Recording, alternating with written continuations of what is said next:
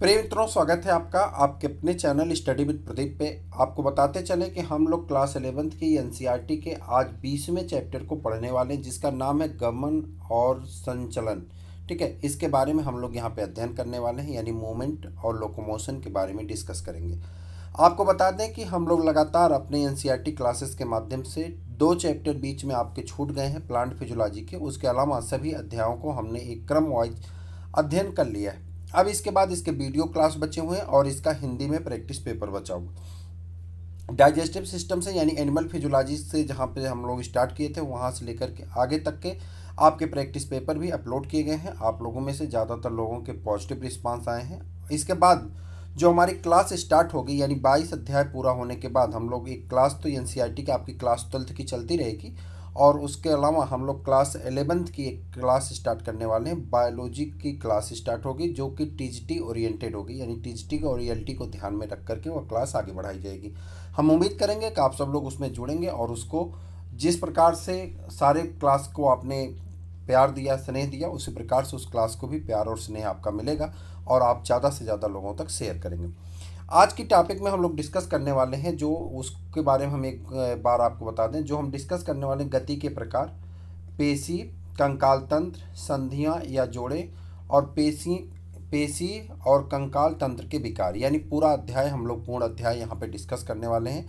लगभग 1 घंटे सवा घंटे की आप क्लास होने वाली है। आपको थकना नहीं, रुकना नहीं, लगातार आगे बढ़ते रहना। चलिए स्टार्ट करते हैं बिना समय गंवाए और बिना बातचीत के टॉपिक के साथ जुड़ते हुए आगे की तरफ बढ़ते रहेंगे। चलिए देखते हैं। बात कर रहे हैं संचलन जीवों की एक महत्वपूर्ण विशेषता होती है। कह रहा जीवों की एक महत्वपूर्ण विशेषता क्या होती है? संचलन होती है। जंतुओं और पादपों में अनेकों तरह के संचलन होते हैं। कितने? अनेकों प्रकार के चलन करने के यानी गति करने के नियम पाए जाते हैं।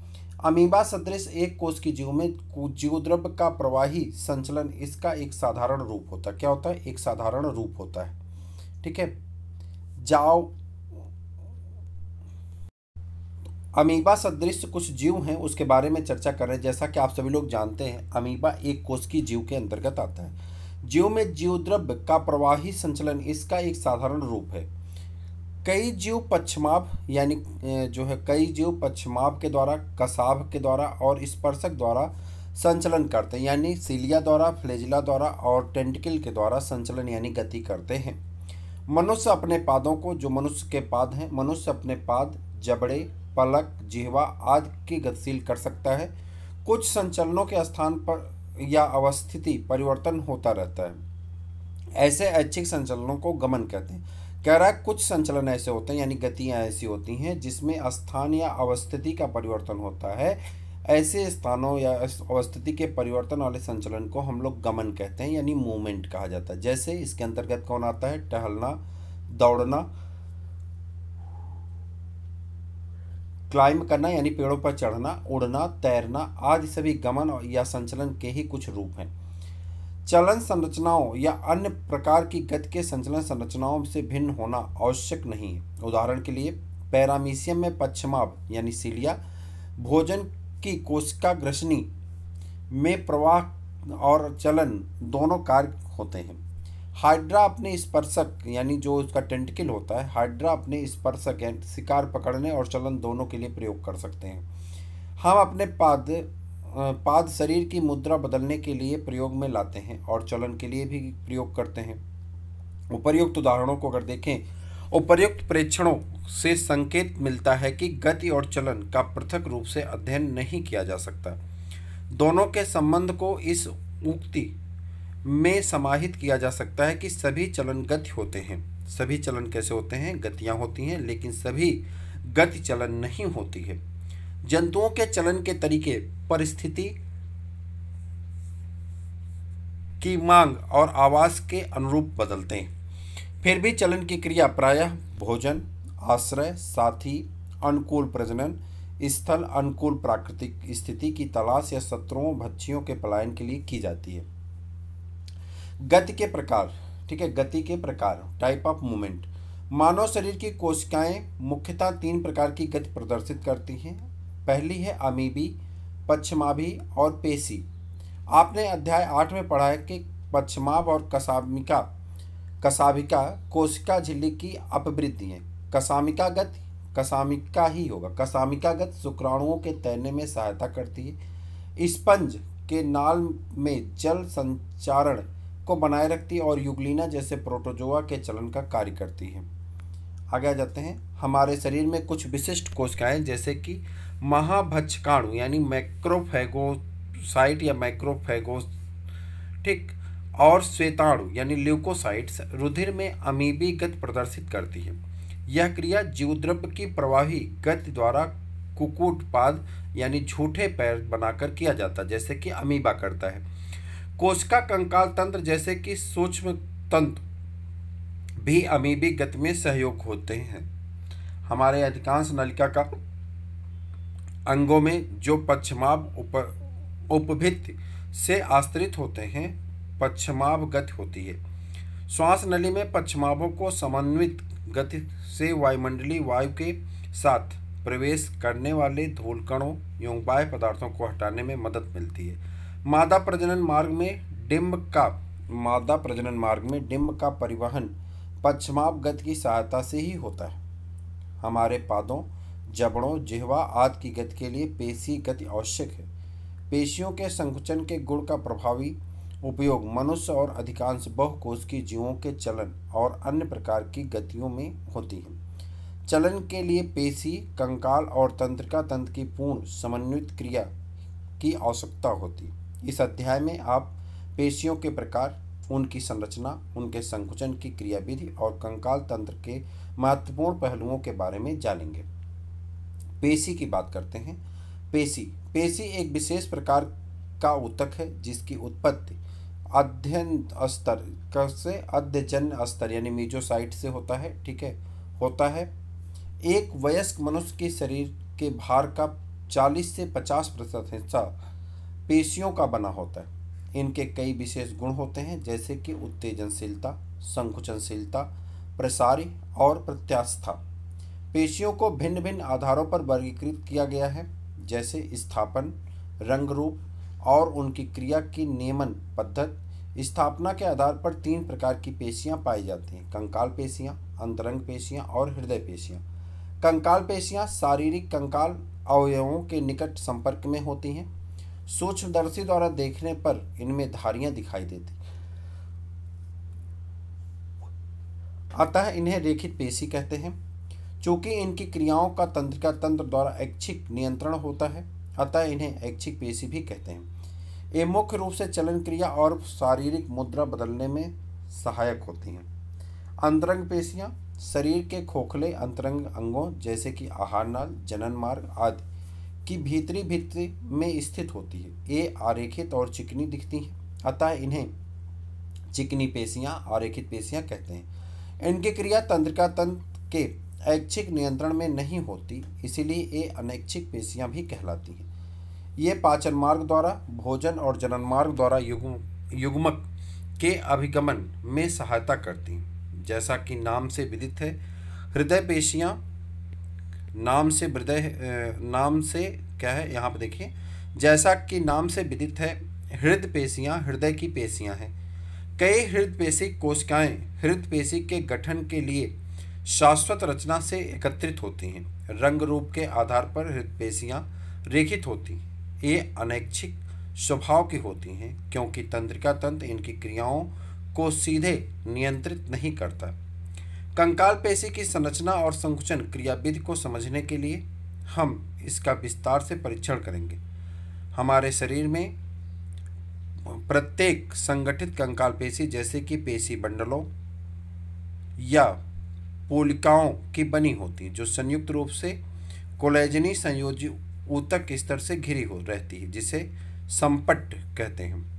प्रत्येक पेशी बंडल में कई पेशी रेशे होते हैं। प्रत्येक पेशी रेशा प्लाज्मा झिल्ली से आश्रित होता है। किससे आश्रित होता, किससे घिरा होता? प्लाज्मा झिल्ली से घिरा होता है, जिसे सार्कोलेमा कहते हैं। पेशी रेशा एक संकोशिका है क्योंकि पेशी द्रव्य सार्कोप्लाज्म के कई केंद्रक होते हैं। अंतःद्रव्य किसमें? सार्कोप्लाज्म में कई केंद्रक होते हैं, ठीक है। अंतःद्रव्य जालिका अर्थात पेशी रेशों के पेशी द्रव्य जालिका सार्कोप्लाज्मिक रेटिकुलम कैल्शियम आयनों का भंडार गृह है। पेशी रेशा की एक विशेष तथा पेशी द्रव्य में समांतर रूप से व्यवस्थित अनेक तंतुओं की उपस्थिति है, जिसे पेशी तंतु यानी मायोफिलामेंट, पेशी तंतुक मायोफाइब्रिल्स कहते हैं। प्रत्येक पेशी तंतुक में क्रमवार गहरे एवं हल्के पट्ट बैंड होते हैं। पेशी रेशक के विस्तृत अध्ययन ने यह स्थापित कर दिया है कि इनका रेखित रूप दो प्रमुख प्रोटीन एक्टिन और मायोसिन के विशेष प्रकार के वितरण के कारण होता है। हल्के बैंडों में एक्टिन होता है, जिसे आई बैंड या समदैशिक बैंड कहते हैं, जबकि गहरे बैंडों में ए बैंड या विषम दैशिक बैंड कहते हैं, जिसमें मायोसिन होता है। दोनों प्रोटीन क्षणनुमा संरचनाओं में परस्पर समांतर पेशी रेशक के अनुदैर्ध्य अक्ष के भी समांतर व्यवस्थित होते हैं। एक्टिन तंतु मायोसिन तंतु की तुलना में पतले होते हैं, अतः इन्हें क्रमशः पतले एवं मोटे तंतु कहते हैं। प्रत्येक आई बैंड के मध्य में इसे द्विविभाजित करने वाली एक प्रत्यास्थ रेखा होती है, जिसे जेड रेखा कहते हैं। पतले तंतु जेड रेखा से दृढ़ता से जुड़े होते हैं। आई बैंड के मोटे तंतु ए बैंड के मध्य में एक पतली रेशेदार झिल्ली, जिसे यम रेखा कहते हैं, द्वारा जुड़े होते हैं। पेशी रेशों की पूरी लंबाई में ए और आई बैंड एकांतर क्रम में व्यवस्थित होते हैं। दो अनुक्रमित जेड रेखाओं के बीच स्थित पेशी रेशक का भाग एक संकुचन कार्य इकाई बनाता है, जिसे सार्कोमियर कहते हैं। विश्राम की अवस्था में पतले तंतुओं के सिरे दोनों ओर के मोटे तंतुओं के बीच के भाग को छोड़कर स्वतंत्र सिरों पर आच्छादित होते हैं। पतले तंतुओं के सिरे मोटे तंतुओं के सिरों के बीच में पाए जाते हैं। मोटे तंतु का केंद्रीय भाग जो पतले तंतुओं से आच्छादित नहीं होता है उसे जेड क्षेत्र कहा जाता है। कह रहा है जो आच्छादित नहीं होता है उसे यच क्षेत्र कहा जाता है। क्या कहते हैं? यच क्षेत्र कहा जाता है। संकुचनशील प्रोटीन की संरचना। प्रत्येक एक्टिन यानी पतले तंतु एक दूसरे से सर्पिल रूप से कुंडलित दो यफ तंतुमय एक्टिनों का बना होता है। प्रत्येक यफ एक्टिन जी गोलाकार एक्टिन इकाइयों का बहुलक है। एक दूसरे प्रोटीन ट्रोपोमायोसिन के दो तंतु यफ एक्टिन के निकट पूरी लंबाई में आते हैं। एक एक्टिन ट्रिपोनिन प्रोटीन अणु ट्रोपोमायोसिन पर नियत अंतरालों में पाई जाती है। विश्राम की अवस्था में ट्रोपोनिन की एक उप इकाई एक्टिन तंतुओं के मायोसिन के बंध बनाने वाले सक्रिय स्थानों को ढक कर रखती है। प्रत्येक मायोसिन मोटे तंतु भी एक बहुलक प्रोटीन है। कई एकलकी प्रोटीन जिसे मेरोमायोसिन कहते हैं एक मोटा तंतु बनाती है। प्रत्येक मेरोमायोसिन के दो महत्वपूर्ण भाग होते हैं, एक छोटी भुजा सहित गोलाकार सिर तथा एक पूंछ। सिर को भारी मेरोमायोसिन और पूंछ को हल्का मेरोमायोसिन कहते हैं। मेरोमायोसिन अवयव अर्थात सिर एवं छोटी भुजा पर नियत दूरी तथा अथवा आपस में एक नियत दूरी नियत कोण पर ए तंतु पर बाहर की तरफ उभरे होते हैं, जिसे क्रॉस भुजा कहते हैं। गोलाकार सिर एक सक्रिय एटीपीएज एंजाइम है, जिसमें एटीपी के बंध स्थान तथा एक्टिन के लिए सक्रिय स्थान प्रदान करते हैं। पेशी संकुचन की क्रियाविधि। पेशी संकुचन की क्रियाविधि को सर्पी तंतु सिद्धांत द्वारा अपनी अच्छी तरह समझाया जा सकता है, जिसके अनुसार पेशी रेशों का संकुचन पतले तंतुओं के मोटे तंतुओं के ऊपर सरकने से होता है। केंद्रीय तंत्रिका तंत्र की प्रेरक तंत्रिका तंत्र द्वारा एक संकेत प्रेषण से पेशी संकुचन का आरंभ होता है। एक प्रेरक न्यूरॉन तथा इससे पेशी रेशे एक प्रेरक इकाई का गठन करते हैं। प्रत्येक तंत्र एक और पेशी रेशा को सार्कोलेमा की संध की तंत्रिका पेशी संगम या प्रेरक अंत पट्टिका कहते हैं। इस संगम पर एक तंत्रिक संकेत पहुंचने से एक तंत्रिका संचारी यानी एस्टिल कोलिन मुक्त होता है, जो सार्कोलेमा में एक क्रिया विभव उत्पन्न करता है। एक समस्त पेशी रेशे पर फैल जाता है, जिससे सार्कोप्लाज्म में कैल्शियम आयन मुक्त होते हैं। कैल्शियम आयन स्तर में वृद्धि से एक्टिन तंतु पर ट्रोपोनिन की उप इकाई से कैल्शियम बंध बनाकर एक्टिन के ढके हुए सक्रिय स्थानों को खोल देता है। एटीपी के जल अपघटन से प्राप्त ऊर्जा का उपयोग कर मायोसिन शीर्ष एक्टिन के खुले सक्रिय स्थानों से क्रॉस सेतु बनाने के लिए बंध जाते हैं। इस बंध से जुड़े हुए एक्टिन तंतुओं ए बैंड के केंद्र की तरफ खींचते हैं और एक्टिन से जुड़ी हुई ए रेखा भी अंदर की तरफ खिंच जाती है, जिससे सार्कोमियर छोटा हो जाता है अर्थात संकुचित हो जाता है। ऊपर के चरणों से स्पष्ट है कि पेशी के छोटा होते समय अर्थात संकुचन के समय आई बैंड की लंबाई कम हो जाती है, जबकि ए बैंड की लंबाई ज्यों की त्यों रहती है।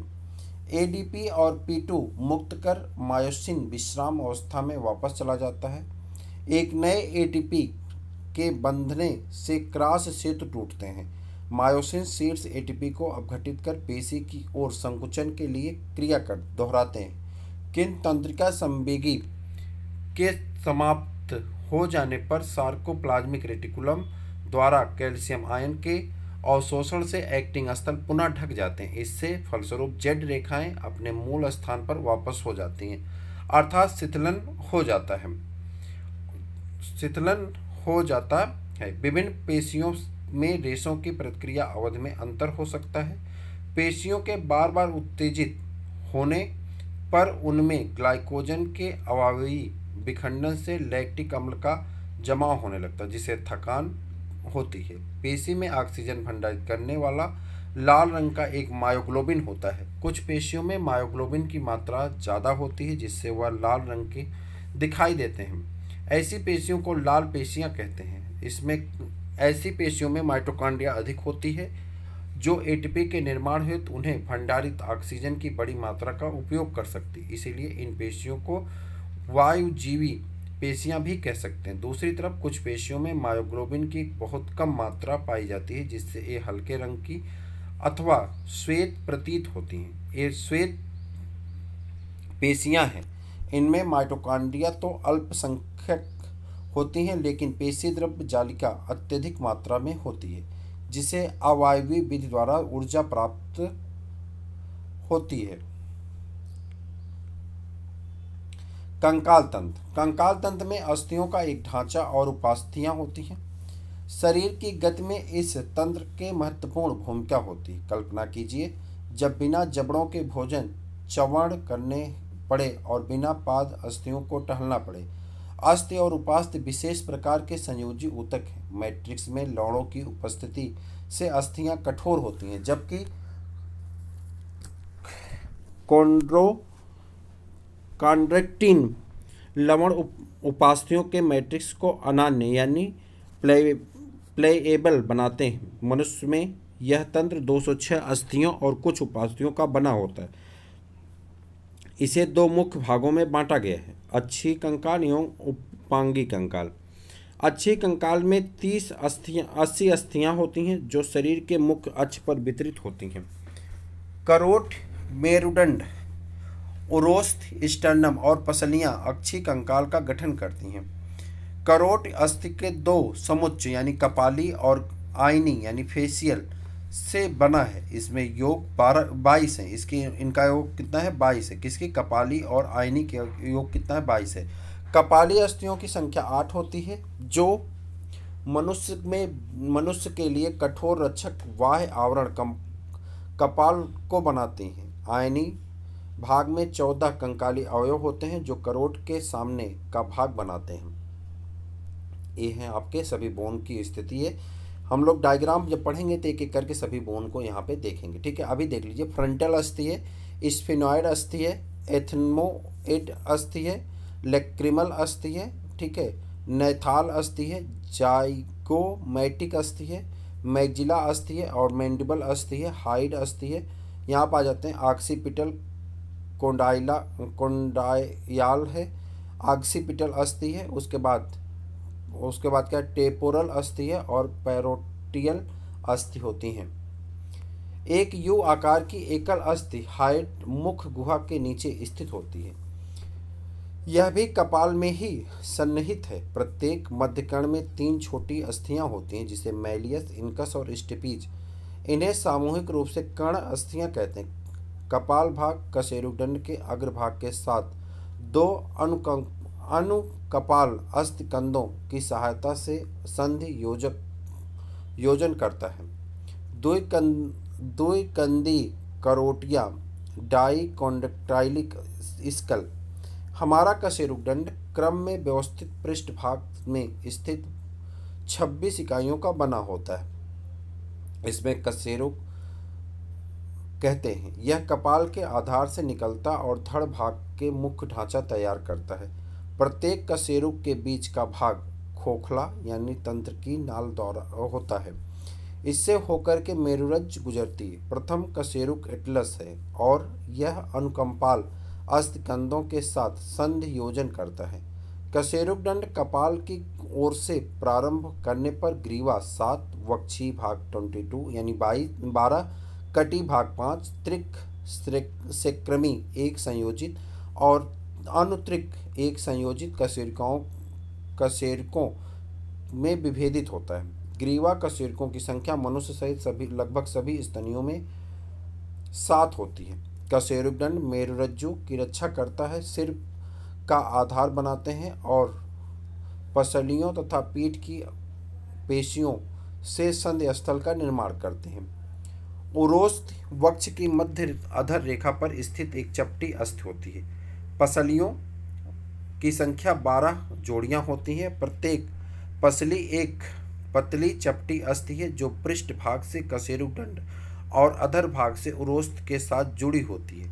इसके पृष्ठ सिरे पर 2 संधि योजन सतहें होती हैं जिनके कारण इसे द्विशिरस्थ भी कहते हैं। प्रथम 7 जोड़ी पसलियों को वास्तविक पसलियां कहते हैं। पृष्ठ में भी वक्षी कशेरुकों और अधरीय भाग में उरोस्थ से कचाभ उपास्थ की सहायता से जुड़ी होती हैं। 8वीं, 9वीं और 10वीं जोड़ियां पसलियां उरोस्थ के साथ सीधे संधियोजित नहीं होती हैं बल्कि कचाभ उपास्थियों के द्वारा जुड़ी होती हैं। यही कारण होता है कि इन्हें वर्टिब्रोकाइंड्रल यानी कूट पसलियां कहते हैं। पसलियों की अंतिम 2 जोड़ियां 11वीं और 12वीं अधर से जुड़ी हुई नहीं होती, इसीलिए इन्हें प्लावी पसलियां कहते हैं। वक्षी कशेरुक पसलियां और उरोस्थ मिलकर पसली पंजर की संरचना करते हैं। पादों की अस्थियां अपनी मेखला के साथ उपांगी कंकाल बनाती हैं। प्रत्येक पाद में 30 अस्थियां पाई जाती हैं। अग्रपाद भुजा की अस्थियां हैं। ह्यूमरस, रेडियस और अल्ना। कार्पस कलाई की अस्थियां संख्या में 8। मेटाकार्पल्स हथेली की अस्थियां संख्या में 5 और फैलेंजेज अंगुलियों की अस्थियां संख्या में 14। फीमर उर्वस्थ सबसे लंबी अस्थि है। टीबिया और फेबुला टार्सल टखनों की अस्थियां संख्या में 7। मेटाटार्सल संख्या में 5 और अंगुलिस्थ अस्थियां फैलेंजेज। कप के आकार की एक अस्थि जिसे पटेला कहते हैं घुटनों के अधर की ओर से ढकती हैं, घुटना फलक कहलाती। अंश और श्रोण मेखला अस्थियां अक्षीय कंकाल तथा क्रमशः अग्र और पश्च पादों के बीच संधि योजन में सहायता करती हैं। प्रत्येक मेखला में 2 अर्धभाग होते हैं, अंश मेखला और अर्धभाग में एक क्लेविकल एवं एक स्कैपुला होती है। स्कैपुला वक्ष के पृष्ठभाग से दूसरे एवं 7वीं पसली के बीच स्थित एक बड़ी चपटी त्रिभुजाकार अस्थि है। स्कैपुला के पश्च चपटे त्रिभुजाकार भाग में एक उभार कंटक एक विस्तृत चपटे प्रबंधन के रूप में होता है जिसे एक्रोमिन कहते हैं। क्लेविकल इसके साथ संधि योजन करती है। एक्रोमिन के नीचे एक और नमन जिसे ग्लिनॉइड गुहा कहते हैं ह्यूमरस के शीर्ष के साथ कंधों को जोड़े बनाने के लिए संधि योजन करती है। प्रत्येक क्लेविकल एक लंबी पतली अस्थि जिसकी 2 वक्र पाए जाते हैं तथा अस्थि को सामान्यतः जत्रुक कहते हैं। श्रोण मेखला के 2 श्रोण अस्थियां होती हैं। प्रत्येक श्रोण संधि 3 अस्थियों के संलयन से बनी होती है। इलियम, इस्चियम और प्यूबिस। इन अस्थियों के संयोजन स्थल पर एक गुहा एसिटेबुलम होती जिसकी अरु अस्थि संधि योजन करती है। अधर भाग में श्रोण मेखला के दोनों भाग मिलकर प्यूबिक संलयन बनाते हैं जिससे रेशेदार अस्थियां उपास्थ होती हैं। संधि या जोड़े। संधियां या जोड़े हर प्रकार की गति के लिए आवश्यक हैं। इनसे शरीर की संधियां सहयोगी होती हैं। चलन गति भी इसका अपवाद नहीं है। जोड़े अस्थियों अथवा एक अस्थियों एक उपास्थ के बीच का संधि स्थल है। जोड़ों द्वारा गति के लिए पेशी जनित बल का उपयोग किया जाता है। जहां जोड़ आलम का कार्य करते हैं, इन जोड़ों पर गति विभिन्न कारकों पर निर्भरता के कारण बदलती है। जोड़ों के मुख्यतः 3 संरचनात्मक रूपों में वर्गीकृत किया गया है, जैसे रेसी, उपास्थ युक्त और साइनोवियल। रेसी जोड़े किसी प्रकार की गति नहीं होने देते। इस तरह के जोड़े द्वारा कपाल की चपटी अस्थियां जो घने रेसी संयोजी ऊतक की सहायता से सीवन के रूप में कपाल बनाने के लिए संयोजित होती हैं।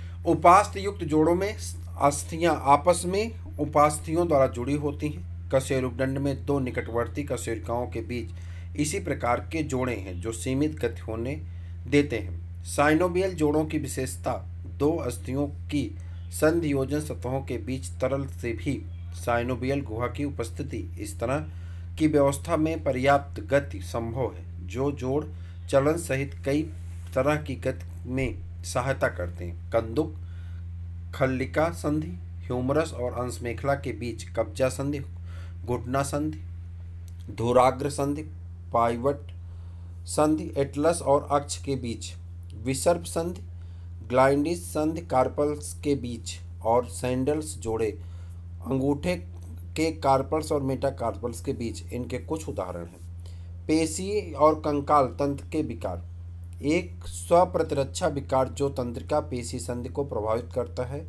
इसमें कमजोरी और कंकाल पेशी का पक्षघात होता है। पेशी दुष्पोषण विकारों के कारण कंकाल पेशी का अनुक्रमित उपासन होता है। अपतानिका शरीर में कैल्शियम आयनों की कमी से पेशियों में तीव्र ऐंठन होने लगती है। आर्थराइटिस जोड़ों में शोध होती है। संधि सुस्थिरता ऑस्टियोपोरोसिस यह उम्र संबंधित विकार है। इसमें अस्थि के पदार्थों में कमी से अस्थि भंग की प्रबल संभावना है। एस्ट्रोजन स्तर में कमी इसका सामान्य कारक है। और एक रोग है गाउट। जोड़ों में यूरिक अम्ल के कणों के जमा होने के कारण दर्द होने लगती है। जोड़ों में दर्द होती है, शोध होती है। इसकी वजह से एक रोग हो जाता है जिसे हम लोग गाउट कहते हैं। तो ये था पूरा चैप्टर और मुझे लगता है कि हमने बहुत तेज़ी के साथ इसे पढ़ करके ख़त्म कर दिया। आप मन से पढ़िएगा। हम लोग डिटेल में इसके बारे में क्लासेस में और चीज़ें इसके बारे में डिटेल से अध्ययन करेंगे। तो इसी के साथ चैनल करिए सब्सक्राइब। फिर मिलते हैं किसी और वीडियो में, तब तक ले दीजिए इजाज़त। जय।